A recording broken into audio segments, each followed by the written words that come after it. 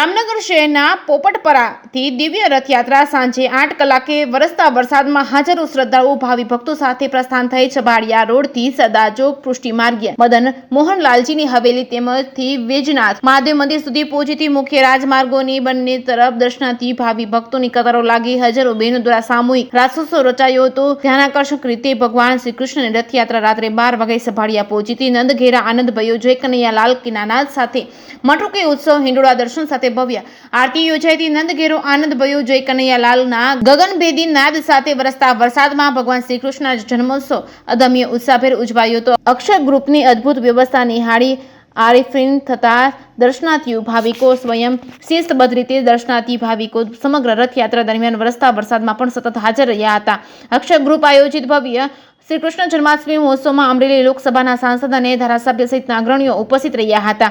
Rathyatra route ઉપર ચા પાણીની સામાજિક સ્વૈચ્છિક સંસ્થા દ્વારા વ્યવસ્થા કરવામાં આવી હતી। જે કેસી ગુજરાતી સાથે નટવરલાલ ભાતિયા, દામનગર।